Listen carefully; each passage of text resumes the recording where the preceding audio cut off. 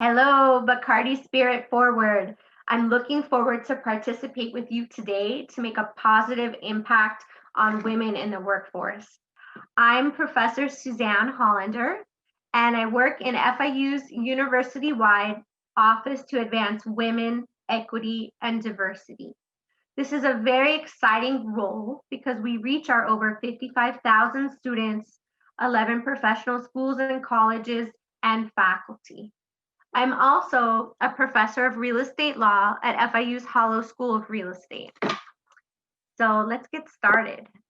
Today's presentation that I'm sharing with you is called Women in the Workforce, Moving Forward or Backward. I'm going to give a short history and then some action items, some things that we can do.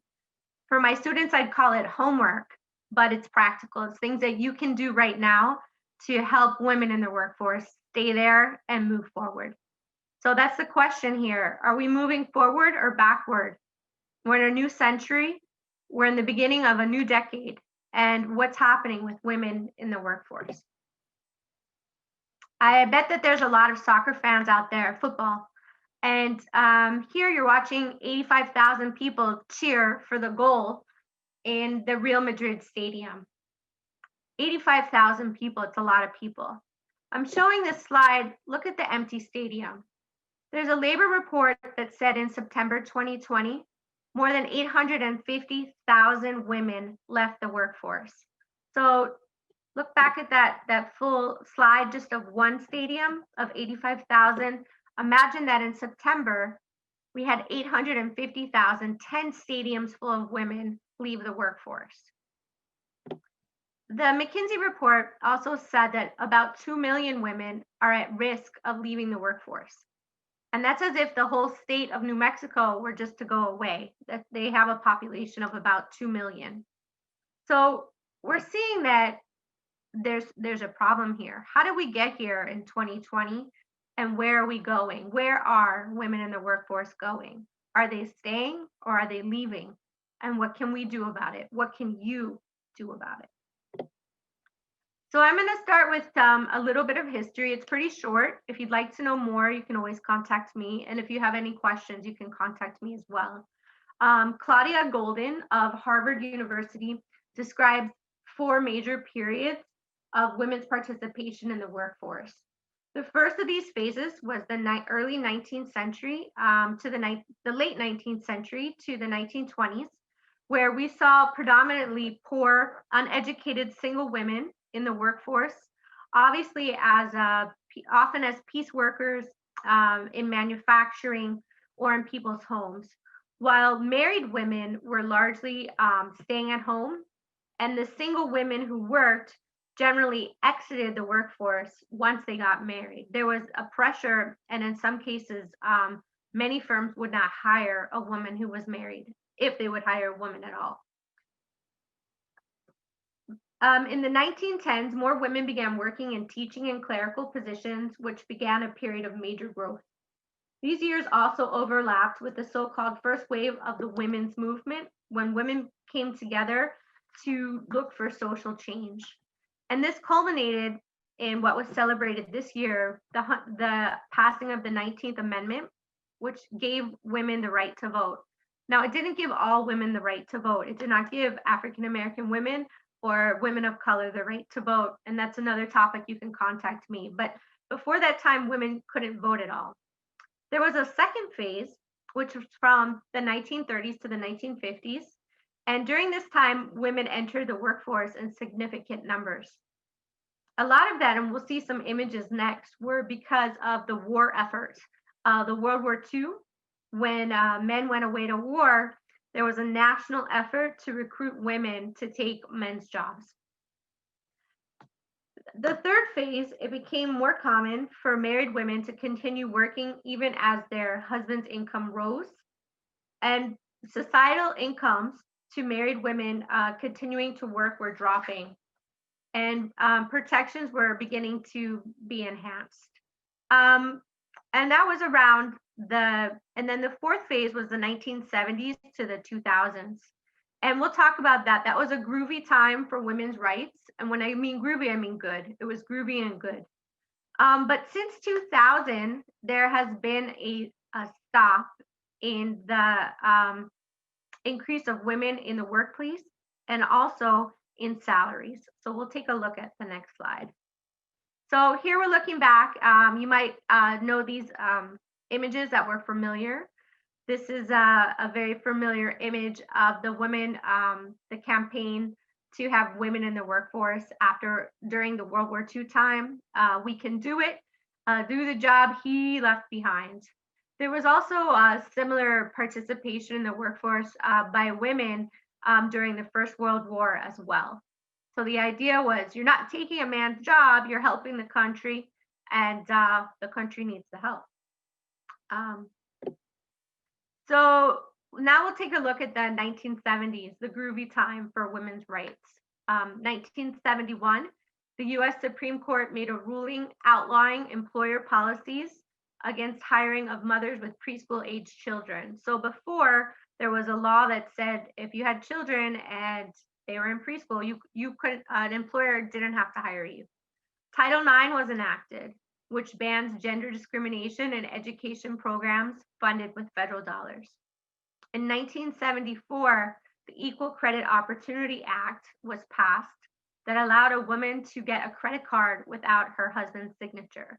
So imagine that women were not allowed to have their own credit cards or even build their own credit without their husband's signature before that time. 1978, the Pregnancy Discrimination Act was passed.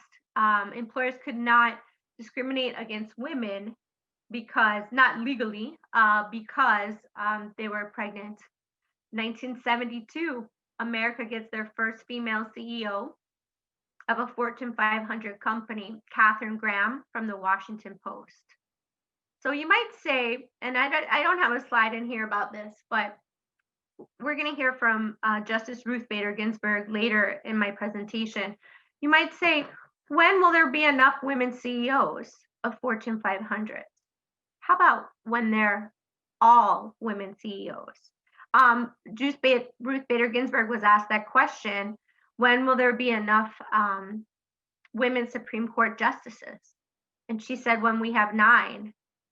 We've had 9 men as Supreme Court justices for all of these years, and nobody thought that was strange. What if we have more women CEOs? What if it's the predominant level? So since 2000s, advances in women labor and women earnings have stopped. And I'm going to give some statistics here. In 1960, women earned 61 cents for every dollar a man took home. In 2018, women earned approximately 82 cents for every dollar a man took home. The wage gap is worse for women of color. Black women are paid 62 cents for every $1 a man takes home. Native American women, 57 cents, and Latinas, 54 cents for every dollar that a man takes home. So stop and think about that. But still, let's say you make $100,000 or your coworker does. You have the same education level, you have the same experience, maybe you even have more, and he makes 100,000 and you make 82 because of your gender. Or it could be, if you fit into one of these groups, he makes 100,000, you make 54,000. So I like this slide, show me the money, and that's what we work for, right? I mean, we work to make a difference. We work because we're interested in our careers, but at the end of the day, we have to pay our bills. And here it shows in the left that white men make more than white women. It's in the same type of job. And here on the right, we see a slide of a white man. He's putting the woman of color at an unequal table. He's actually pouring coffee onto her work, and she's on the lower side of the pay scale. So these are just images to get you thinking about these concepts that are true in real life. Some more, show me the money. Oh, so that was the same slide. So even if you were a superwoman, I wanted to find a woman on a bill, and I couldn't find one, so I found this online with Linda Carter, who used to play Superwoman. Even if you were Superwoman, today you'd still be only making 82 cents on the dollar. even if you did a super job because of your gender. So I mentioned this before. Today, women earn more degrees, more college degrees. Sometimes they even have to get master's degrees, graduate degrees, and they are still paid less than men that don't have the same amount of degrees, or they have fewer advancement opportunities. So maybe they'll get their foot in the first job, but they won't be offered opportunities to advance, to become managers, and to take roles with more responsibility. So what can we do about this? What can you do about this? We're at a turning point. We're in the pandemic that could be contributing to women leaving the workforce. The roles of having to have the home and mix all together in the same place. But this presentation is not meant to be depressing. It's meant to tell you what you can do about it, what we're doing at FIU, and how you can join us. So FIU, the Office to Advance Women, Equity, and Diversity, is we have a program to advance, recruit, and retain women in the workforce.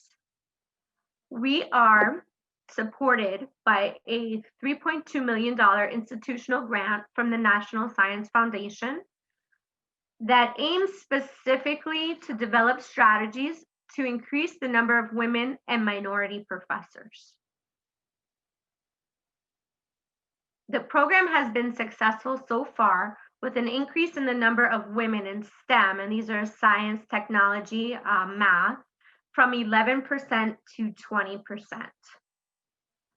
One thing that's integral when creating a work environment that encourages women to stay is to educate the department or the business about why women will leave. So maybe you're in a specific department in your group, at your work, and the people working with you need to know, yes, you might have met a metric by recruiting a woman or someone diverse, but what do you need to do to keep them to stay? And it's valuable for a company to have them stay because you've invested all of this training and having them get to know your corporate culture. So why would you want them to leave? So FIU has created a bystander leadership program. It's excellent. And what it does is it looks at implicit bias. And I'll talk about this a little bit more. So schemas, expectations, or stereotypes influence our judgments, regardless of our own group.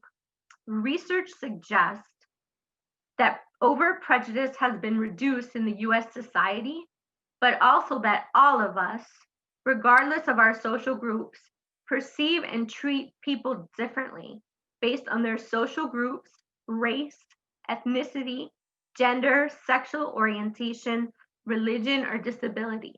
In other words, everyone is subject to something we call implicit bias. And it can have implicit bias, a disproportional adverse effect on women in the workforce over time.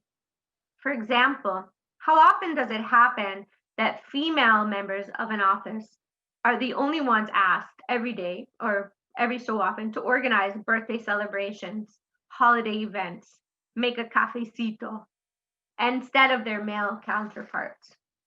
Additionally, to create a work environment that encourages women to stay, there have to be programs not only to inform, but to change behaviors. So the men who say, we recruited a woman, what more can we do? There might be things that they don't know that they're doing that make the workforce uncomfortable for a woman. For example, as I said, FIU has started this flagship program, the Bystander Leadership Program. It's a one-day interactive workshop. It can be delivered in person or virtually, as we are right now in Zoom. And it's intended to move participants from insight to action, to address observed anticipated instances of gender and race bias and discrimination. The program raises awareness about the interplay between power, privilege, and bias, as often experienced by women and minorities. And it's intended to develop a social system at FIU. And remember, we're a big place at FIU. We have 55,000 students and thousands of employees, that supports and institutionalizes positive change and greater inclusion. The unique goal of our Bystander program is to provide participants with a 5-step process and a toolkit of intervention and responses and actions that allow them to notice and intervene in instances of gender and race bias. So bystander, if you don't know what it means when somebody just stands, there's somebody, you're in a work environment and you hear someone say something that's a gender discrimination or put someone down or judge them on their gender or their ethnicity, and you don't say something. So what we do here is we talk about how to recognize it, how to say, oh, this isn't what our culture is in the company, and then how to say something so that the company and the person who said it and the person who was said to, everybody can work together to meet the company's goals. So we do this. Attendees take an active intervention role scenarios that allow them to practice skills that we teach during the workshop. Part of the reason that Bystander is so successful is because we use theater, we use skits and case studies that are drawn from the experiences of the people that work at FIU, our faculty. So if we were to do this for another organization, we work with the organization and we devise scenarios of what really happened. But it's as if you're watching a show and it's something that really happened and the show stops and they ask, what would you do? And it gives you the chance to stand back and say, oh, now I recognize how that's a problem and I'll think about what I would do.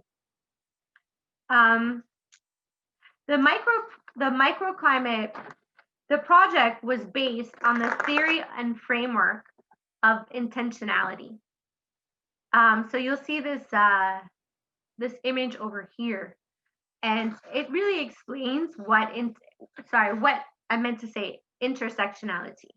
So you'll see this image over here, and you'll see what intersectionality means. It means interconnections of race, class, and gender as they apply to an individual or group, and overlapping interdependent systems of discrimination or disadvantages that they create. So you can think about that you may be a woman, and you may be a woman in various different groups. You may be a woman who's a woman that is Cuban, or who's a woman that's Dominican, and you're part of different groups, and intersectionality looks at all of these different groups that you're a part of. It's important to think about how intersectionality can affect women in the workforce. It's for the person who's affected by the behavior, but it's also for the person who's doing the behavior themselves. So I think when we looked at those statistics about the 10 football fields of women leaving the workforce just this past month, 15 days ago, and then we see that maybe 2 million people are leaving, when we read that McKinsey report, we're really starting to ring the bell on the fact that this could be an emergency for our generation. And the fact that you're having your conference and that you're talking about these things mean that you want to fix it. But what could happen in a generation is very important. Supreme Court Justice Ruth Bader Ginsburg had said, when asked about her mother, she often would answer with the question, what's the difference between a Supreme Court justice and a factory worker? And she said, one generation. She said that her mother was one of the smartest people that she knew, but there were no opportunities for women then. So let's not be our generation, be the generation where women miss out on making decisions and being part of the labor force. She also said, and I agree very much, and work towards this goal, that women belong in all places where decisions are being made. So what can you do in your generation? I recommend that you stand up and you say something, whether it's for yourself or whether it's for the women around you. I like to go to conferences, I like to read, but I also like to apply what I learn in action, even if it's just step by step. So Maya Angelou had said, each time a woman stands up for herself, she stands up for all women. And that's what you do when you stand up, and that's what you're doing by going to this conference. So let's talk about times to speak up or stand up. Some of the critical times to speak up or stand up that you can do right now are during hiring, recruiting, promotion. Who's up for promotion? I don't know if you've ever heard of the term manel. It's a panel that only has men on it. How about a MORD, an all-male board, a board of directors that only has men on it? I don't believe that there should be panels. I think that panels should be more diverse. They often say, if you can see it, you can be it. But if a woman doesn't see someone up there who looks like herself, she doesn't believe that those are the types of roles that she can do, or she doesn't even know. So let's make sure that our panels are more diverse and that we get women on boards. There's a lot of initiatives out there to put women on corporate boards. And then also another time to speak up, maybe a little more privately, is when you see someone struggling. We don't want all of these women leaving the workforce, especially if there are things that we can do to help them stay. So if you see someone struggling, talk to them, say, what can we do to help you stay here and keep you as part of our team? So I thank you so much for the invitation to speak to you. I hope to stay in touch. Please feel free to reach out to me. And also, I wish everyone to be safe and to take some action towards making our generation memorable for our steps that we're taking to help women in the labor force, despite this pandemic time that we're in. Women have risen to the challenge each time where we've had a national crisis during the war, so we can do it now too. Thank you.